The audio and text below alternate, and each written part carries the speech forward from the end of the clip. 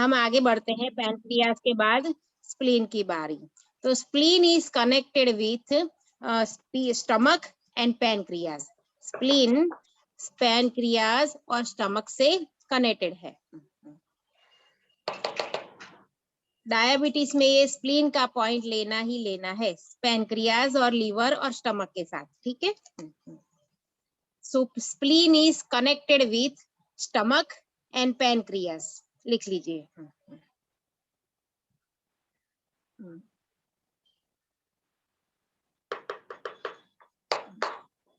चलिए क्या क्या प्रॉब्लम होते हैं देख लिख लीजिए। कोई भी इंफेक्शन, बैक्टीरियल इंफेक्शन और वायरल इंफेक्शन स्प्लीन की वजह से होता है। बैक्टीरियल इंफेक्शन और वायरल इंफेक्शन स्प्लीन की वजह से होता है।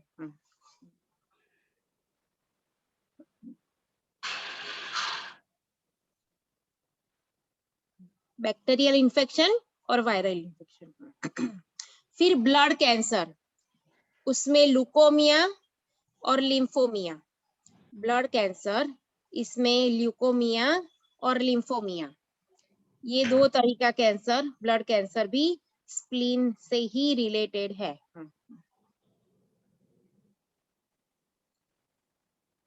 हमेशा जी मैंने रिपीट करिए, ल्यूकोमिया, ब्लड कैंसर यानी ल्यूकोमिया, लिम्फोमिया। ल्यूकोमिया, लिम्फोमिया। ठीक है। फिर लीवर का सोराइसिस में स्प्लीन का बहुत ही महत्वपूर्ण पार्ट है, इससे ही होता है लीवर का सोराइसिस। तब स्प्लीन पे ट्रीटमेंट देनी चाहिए लीवर के साथ। मेन यही स्प्लीन है उसके लिए। फिर होमोलेटिक एनीमिया, होमोलेटिक एनीमिया करते COMO, होमोलेटिक। हाँ, होमोलेटिक एनीमिया।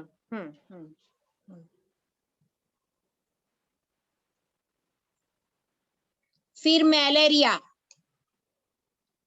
अगर मलेरिया में बुखार आए तो स्प्लीन पे सीधा ट्रीटमेंट चालू कर दो। रिपोर्ट में आए कि मलेरिया है तो बुखार का यही ब्रेन के साथ ये स्प्लीन भी ले लो। फिर टीबी, टीबी का प्रॉब्लम भी स्प्लीन से जुड़ा हुआ है। टीबी का प्रॉब्लम भी स्प्लीन से जुड़ा हुआ है, ठीक है। ये स्प्लीन क्या करता है, चलिए लिखना हो तो लिखिए, मैं ऐसे ही बताती हूँ कि ब्लड के अंदर के जम्स से लड़ता है, ब्लड के अंदर के जम्स से लड़ता है और कंट्रोल, ब्लड सेल को कंट्रोल लेवल तक लाता है, ब्लड सेल को कंट्रोल लेवल तक लाता है, ब्लड को फिल्टर करता है, ब्लड को फिल्टर करता है। इसका काम बहुत ही महत्वपूर्ण है। हमारा जो ब्लड होता है उसको फिल्टर करता है और कुछ पुराना डैमेज हो गया हो बॉडी में उसे रिमूव करता है। अगर कोई सेल पुराना हो गया हो तो उस डैमेज को, उसमें कुछ खराबी आ गई हो तो उस पुराने सेल को रिमूव करता है। ये हमारे स्प्लीन का काम है।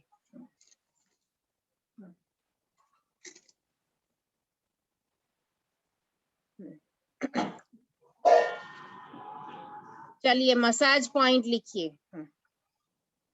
RP6, E36, RP6, E36 और J12। RP6, E36 और J12, ये तीनों पॉइंट है हमारे स्प्लीन से रिलेटेड मसाज करने के लिए, ठीक है। खून को बढ़ाता है और एंटीबॉडीज हमारे बॉडी में बनाता है। ये स्प्लीन खून को बढ़ाता है और एंटीबॉडीज हमारे बॉडी में बनाता है। और जो प्रेग्नेंट लेडी होती है ना, उसके बच्चों में मींस भ्रूण बोलते हैं ना, बच्चा होता है ना कोख में, उसके रेड सेल्स बनाता है, उसका रेड सेल्स को सप्लाई करता है, वो रेड सेल्स बनाता है।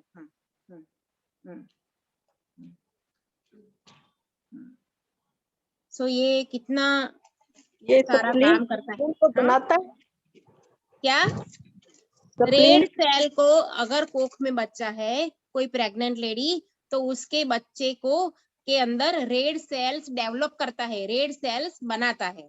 नहीं, इससे पहले हाँ, उसके सप्लीन पहले हमारे को एंटीबॉडीज बनाता है।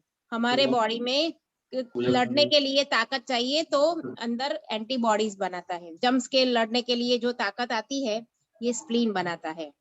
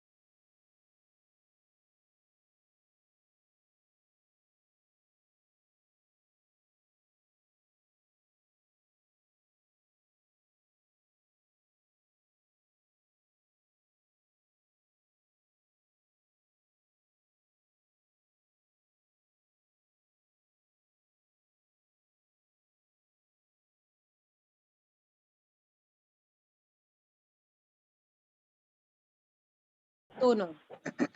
ये भी गॉल ब्लेडर के ही अंदर आता है। फीवर, फीवर कई तरह के होते हैं।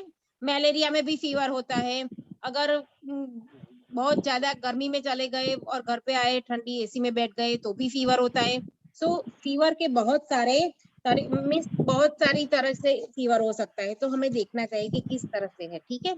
Vomiting, gall bladder stone, gall bladder stone, फिर फीवर, फिर वॉमिटिंग।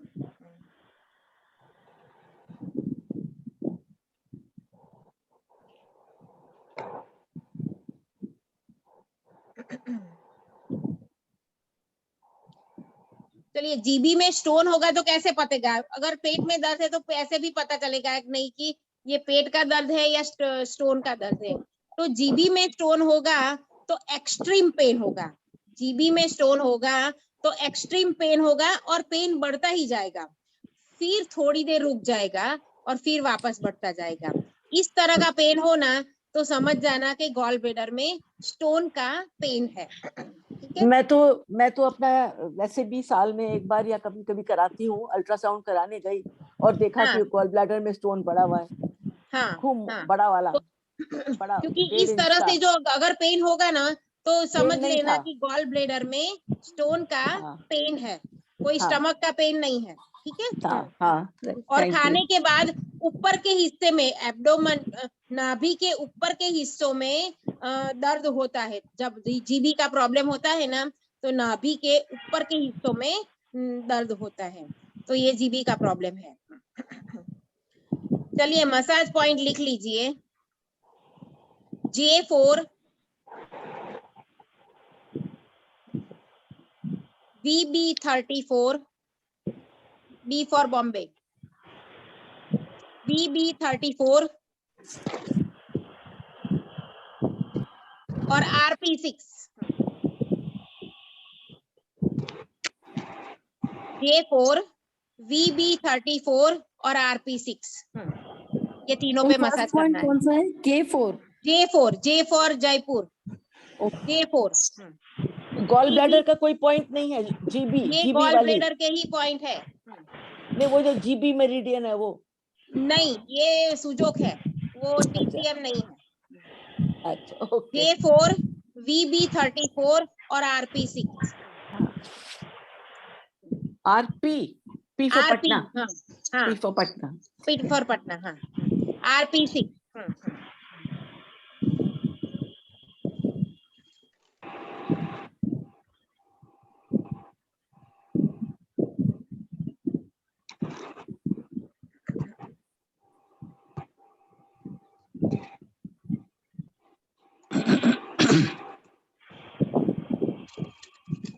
अगर गॉल ब्लेडर में प्रॉब्लम है ना तो 100 ml खीरा का जूस और 100 ml गाजर का जूस मिक्स करके पी लीजिए दिन में एक बार, कभी भी।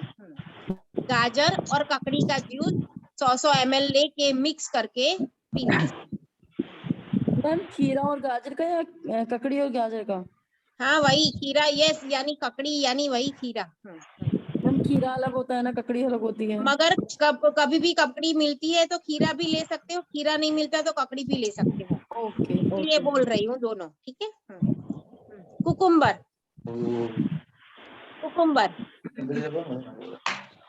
और गाजर, गाजर का जूस निकाल के आप ले सकते हो, 100 ml और 100 ml मिक्स करके दोनों ले सकते हो। ठीक है। मसाज पॉइंट J4, अभी बोला मैंने, एक मिनट, हाँ। J4, VB34 और RP6। ठीक है। चलिए, अब आगे बढ़ते हैं। लीवर, अभी तक क्लियर हुआ?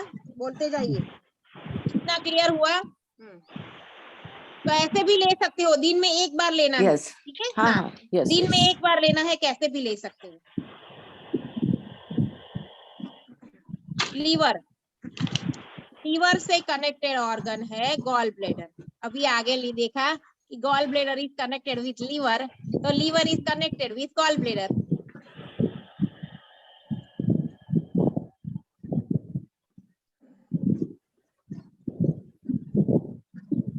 प्रॉब्लम लिखिए इसके।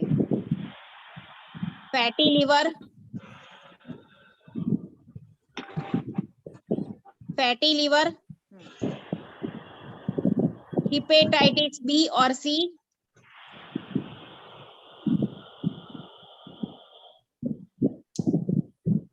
फिर जॉन्डिस और स्वेलिंग का प्रॉब्लम लीवर में। फैटी लीवर, हिपेटाइटिस बी और सी, जॉन्डिस और स्वेलिंग इन लीवर, ये सारे प्रॉब्लम लीवर के हैं। तब हमें लीवर पे ट्रीटमेंट करनी है। डायबिटीज में भी लीवर लेना है।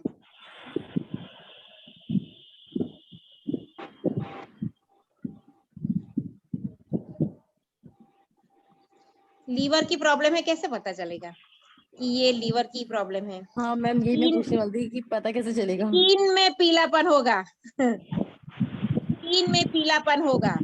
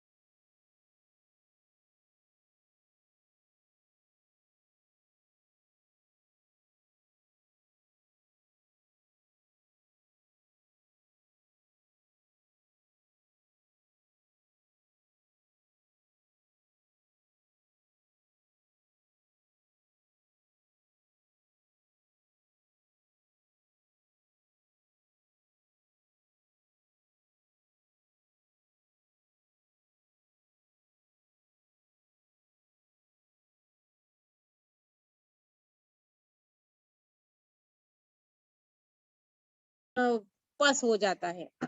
तो ये जानलेवा बीमारी है, आपको पता नहीं होगा मगर ये जानलेवा बीमारी है, एपेंडिसाइटिस। साइड में लिखोगे ना, म्यूकस का मल के साथ जम जाना, यही यही पता चल जाएगा।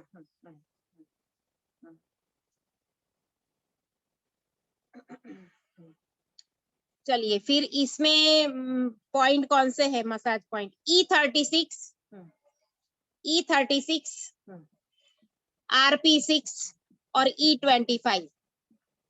E36, RP6 और E25, E फॉर एलिफेंट।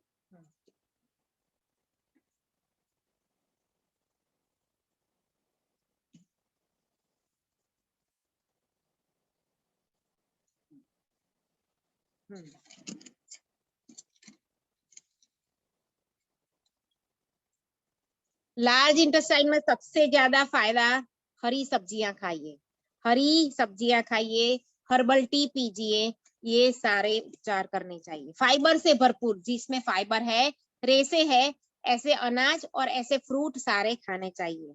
और एलोवेरा जूस या फिर ताजा, अगर आपके पास गार्डन में एलोवेरा ग्रो होता है तो उसमें से थोड़ा कट करके अंदर का जो पल्प होता है ऐसे ही पानी के साथ निकल जाइए, तो ये लार्ज इंटेस्टाइन का प्रॉब्लम सॉल्व करता है।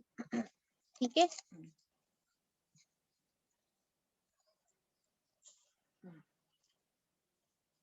क्लियर। एलोवेरा जूस पिए या फिर एलोवेरा डायरेक्ट भी खा सकते हैं, इससे काफी फर्क पड़ेगा। और फाइबर वाला फूड।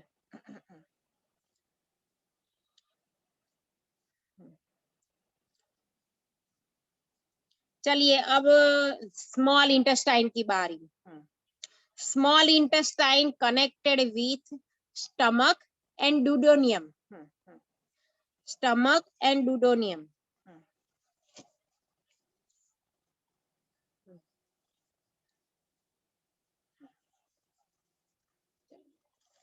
इसमें क्या क्या प्रॉब्लम है लिखिए।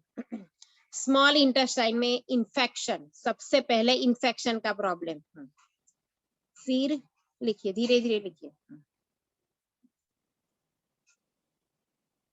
स्मॉल इंटेस्टाइन का कैंसर,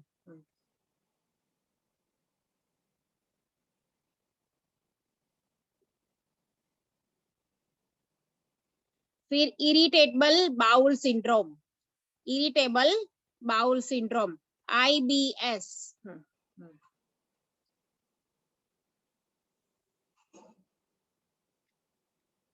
फिर वेट लॉस, हद से ज्यादा वेट लॉस होता है ना तो स्मॉल इंटेस्टाइन पे ट्रीटमेंट करनी चाहिए। डायरिया, डकारे आना, बार बार डकारे आती है तो यहाँ पे खाना हजम नहीं होता है, ऐसा समझ लीजिए।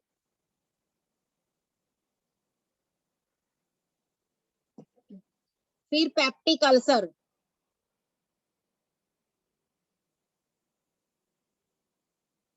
गैस की प्रॉब्लम,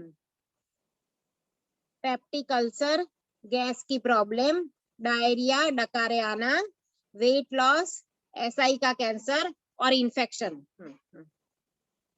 उसके साथ वॉमिटिंग प्लस मल में ब्लड आना, वॉमिटिंग प्लस मल में ब्लड आना, अगर ऐसा होता हो तो भी स्मॉल इंटेस्टाइन पे ट्रीटमेंट कीजिए। देखिए ये इसका फंक्शन क्या है, भोजन जो डाइजेस्ट होता है ना, वो पूरी सिस्टम 3 घंटे की होती है, पूरी प्रक्रिया जो होती है वो 3 घंटे की होती है।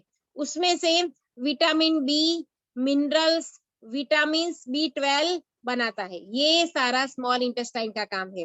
और 90% पोषक तत्वों को, 90%, सुनिए, 90% पोषक तत्वों को लेके बॉडी में सारे ऑर्गन को पहुंचाता है। तो कितना जरूरी है देखिए, 90% जो हमारे बॉडी में जो जरूरी पोषक तत्व होते हैं, खाने के बाद, पचने के बाद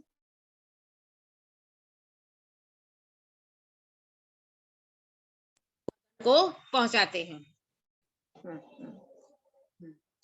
उसके मसाज पॉइंट लिख लीजिए। J4,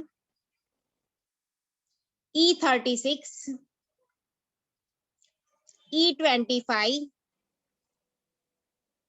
और RP6। फिर से रिपीट करती हूँ, J4, E36, E25 और RP6, ये 4 पॉइंट है स्मॉल इंटेस्टाइन के।